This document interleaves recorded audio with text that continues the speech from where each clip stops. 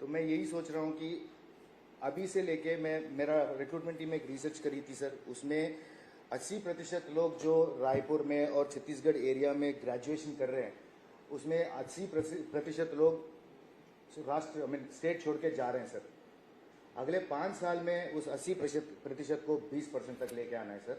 उसके लिए मैं ज़रूर कोशिश करूंगा sir. Thank you very much.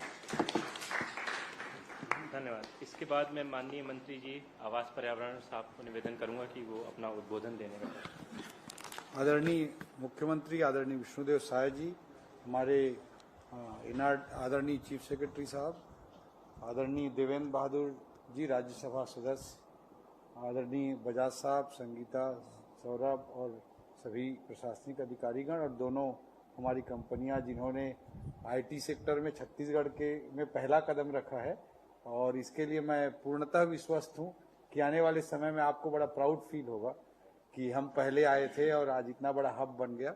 हमारे आदरणीय विष्णुदेव साय जी के नेतृत्व में हमारी सरकार बहुत पॉजिटिव तरीके से आगे बढ़ रही है, और हम बहुत क्लियर हैं कि ईज ऑफ डूइंग बिजनेस करके कैसे भी करके हमको इन्वेस्टमेंट लाना है और स्पेशली टर्सरी सेक्टर को प्रमोट करना है।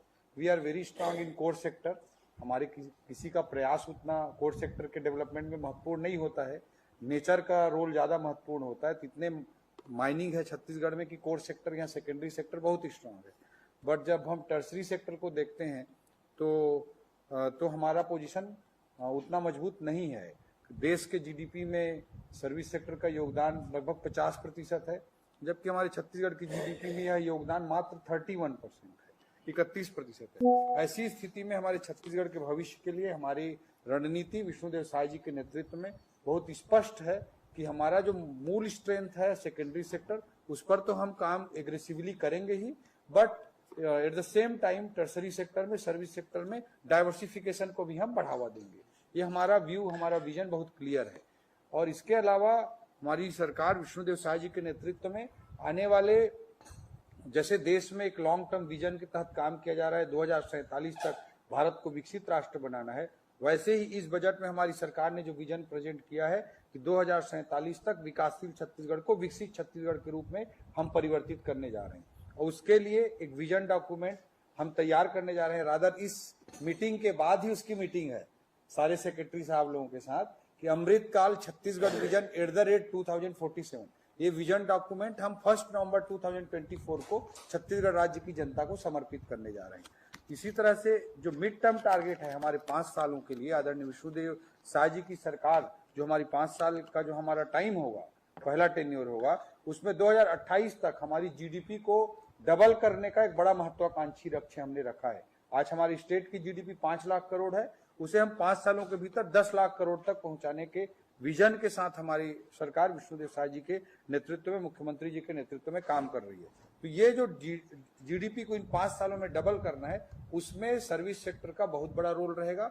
और इसलिए हम हमारे बजट में अभी हमने एक कॉन्सेप्ट लाया डीडीपी का, डिसेंट्रलाइज्ड डेवलपमेंट पॉकेट्स का, कि जहां का जो स्ट्रेंथ है, लाइक बस्तर का अपना स्ट्रेंथ है, या मैदानी छत्तीसगढ़ का अपना स्ट्रेंथ है, सरगुजा क्षेत्र की अपनी ताकत है, कोरबा, जांजगीर, रायगढ़ जैसे औद्योगिक क्षेत्रों की अपनी अलग स्पेशल क्वालिटीज हैं, या नया रायपुर जैसे क्षेत्र की अपनी स्पेसिफिक क्वालिटीज हैं। तो अकॉर्डिंगली हम अपनी स्ट्रेटजी बना करके सभी सेक्टर्स पे, सभी पॉकेट्स पे काम करेंगे, और इसी अप्रोच के साथ हमारी जीडीपी को डबल करने के विजन के साथ हम काम कर रहे हैं। तो जैसे नया रायपुर के लिए हमने कुछ सेक्टर्स आइडेंटिफाई किए। जब मुख्यमंत्री जी ने मुख्य विजन हमारे समक्ष रख दिया कि टर्सरी सेक्टर को हमको ग्रोथ कराना है, 5 साल में जीडीपी को डबल करना है, तो अकॉर्डिंगली सभी विभाग अपना अपना काम कर रहे हैं। तो हाउसिंग एंड एनवायरमेंट डिपार्टमेंट, जिसके अंतर्गत नया रायपुर हमारा आता है, नवा रायपुर आता है, उसमें हमने प्लान किया कि किन किन सेक्टर्स को हम ग्रोथ करा सकते हैं।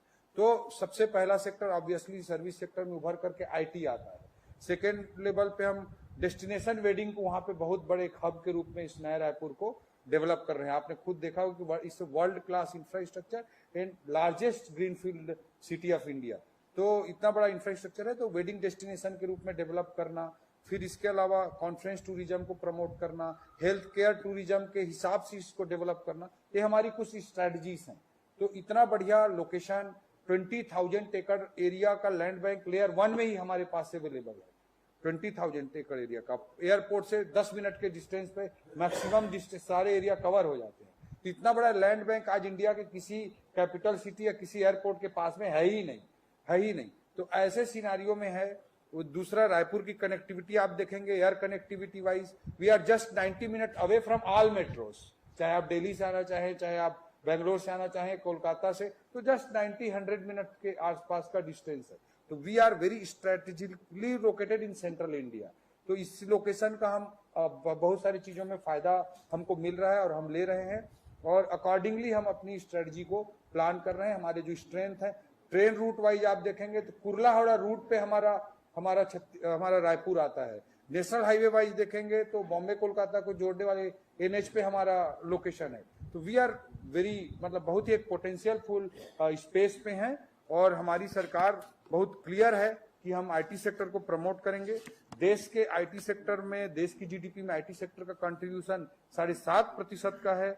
आज हम आपको सभी लोगों को बताना चाहेंगे कि इस बजट में सारे डिपार्टमेंट में टेक्नोलॉजी को लिवरेज करने के लिए हमने 266 करोड़ का 266 करोड़ रुपीस का प्रोविजन करके रखा है। कहीं अटेंडेंस सिस्टम को ठीक करके पब्लिक डिलीवरी अच्छा करने के लिए, पब्लिक सर्विस डिलीवरी को बेटर बनाने के लिए, कहीं पर टैक्सेशन सिस्टम को इंप्रूव करने के लिए, कहीं बिजनेस इंटेलिजेंस यूनिट को स्टैब्लिश करने के लिए, कहीं वाटर लेवल के मॉनिटरिंग के लिए, सभी जगह हमने टेक्नोलॉजी को लिवरेज किया है। और 266 करोड़ रुपीस का प्रोविजन इसी 2024-25 के बजट में किया है। तो हमारी सरकार विष्णुदेव साय जी के नेतृत्व में बहुत क्लियर है कि टेक्नोलॉजी बेस्ड रिफॉर्म्स और गवर्नेंस के माध्यम से रैपिड इकोनॉमिक ग्रोथ को इंश्योर करना, that is our prime vision. उसी के तहत हम काम कर रहे हैं। और EMC 2.0 जो है, इलेक्ट्रॉनिक मैन्युफैक्चरिंग क्लस्टर 2.0 भी नया रायपुर में है, उसको भी एक इम्पोर्टेंट एक हब के रूप में डेवलप करने की हमारी योजना है। और उसमें भारत सरकार से हम 75 करोड़ रुपए का अनुदान प्राप्त करने का भी प्रयास पैरेलली कर रहे हैं। और अभी सभी जगह देख सकते हैं कि आईटी सेक्टर में टियर 1 सिटी सब जगह सैचुरेट हो गए हैं। तो आप लोग भी फील करते होंगे कि टियर 2, टियर 3 सिटी में जाना ही रास्ता है। और पिछले कुछ सालों में भुवनेश्वर, जयपुर, कोयम्बटूर जैसे शहर उभर करके सामने आए। तो व्हाई नॉट नया रायपुर? आई थिंक कि इन सारे शहरों से ज्यादा पोटेंशियल नया रायपुर का है। और छत्तीसगढ़ को लेकर कुछ परसेप्शन नेगेटिव साइड में ज्यादा बने रहते हैं लोगों का, कि एक नक्सल अफेक्टेड है, या बैकवर्ड रीजन है, या छोटा स्टेट है। फॉर दैट मैटर मैं क्लियर करना चाहूंगा कि हमारा स्टेट 9th लार्जेस्ट स्टेट है, कोई छोटा स्टेट नहीं है। और तमिलनाडु और बिहार से भी बड़ा स्टेट है। अगर फैक्चुअली कोई चेक करना चाहे तो हम तमिलनाडु और बिहार से भी ज्यादा बड़े स्टेट हैं। तो इतने इंपॉर्टेंट जगह में, और आज टेक्नोलॉजी का इंपॉर्टेंस क्या है कि 100 रिचेस्ट लोगों की हम वर्ल्ड में आज सूची बना लेंगे, तो उसमें से मैक्सिमम लोग इनोवेशन बेस्ड ही रिचेस्ट पर्सन की सूची में शामिल हुए। किसी के दादा परदादा का सैकड़ों करोड़ का स्टील और सीमेंट का कारोबार था, ऐसा नहीं है। इस नॉलेज बेस्ड वर्ल्ड, इस नॉलेज बेस्ड इंडिया। तो अकॉर्डिंगली हमारी सरकार उस दिशा में काम कर रही है। और हम देखते हैं कि एप्पल का मार्केट कैप भारत के जीडीपी से बड़ा है।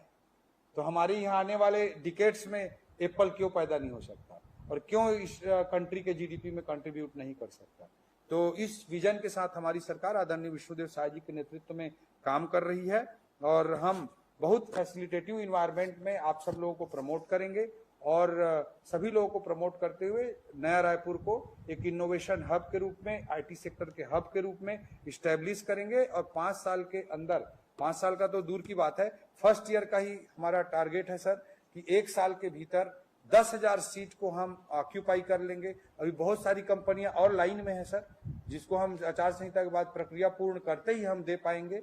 और 1 साल के भीतर 10,000 सीट को हम फुलफिल कर लेंगे। और माहौल अगर अच्छा बनेगा तो उससे 15 से 20,000 लोगों तक को नौकरी दे सकते हैं। लेकिन मिनिमम हमारा टारगेट है 1 साल के लिए कि 10,000 लोगों को आईटी सेक्टर में जॉब देना, ये हमारा टारगेट है। और आने वाले 3 सालों में इस जो सीबीडी जैसा स्पेस है उसको फुल्ली यूटिलाइज करेंगे। और आने वाले समय में जरूरत पड़ी तो हम नया टावर का इंफ्रास्ट्रक्चर भी बनाने के लिए आदरणीय मुख्यमंत्री जी ने निर्देशित कर दिया है। तो हम रुकने वाले नहीं है, we will go very fast. और हम सारे माइलस्टोन्स को अचीव करेंगे और नया रायपुर को one of the biggest IT hub के रूप में स्थापित करेंगे। और विष्णुदेव साय जी के नेतृत्व में हमारी सरकार का ये प्रण है और हम उसे पूरा करेंगे।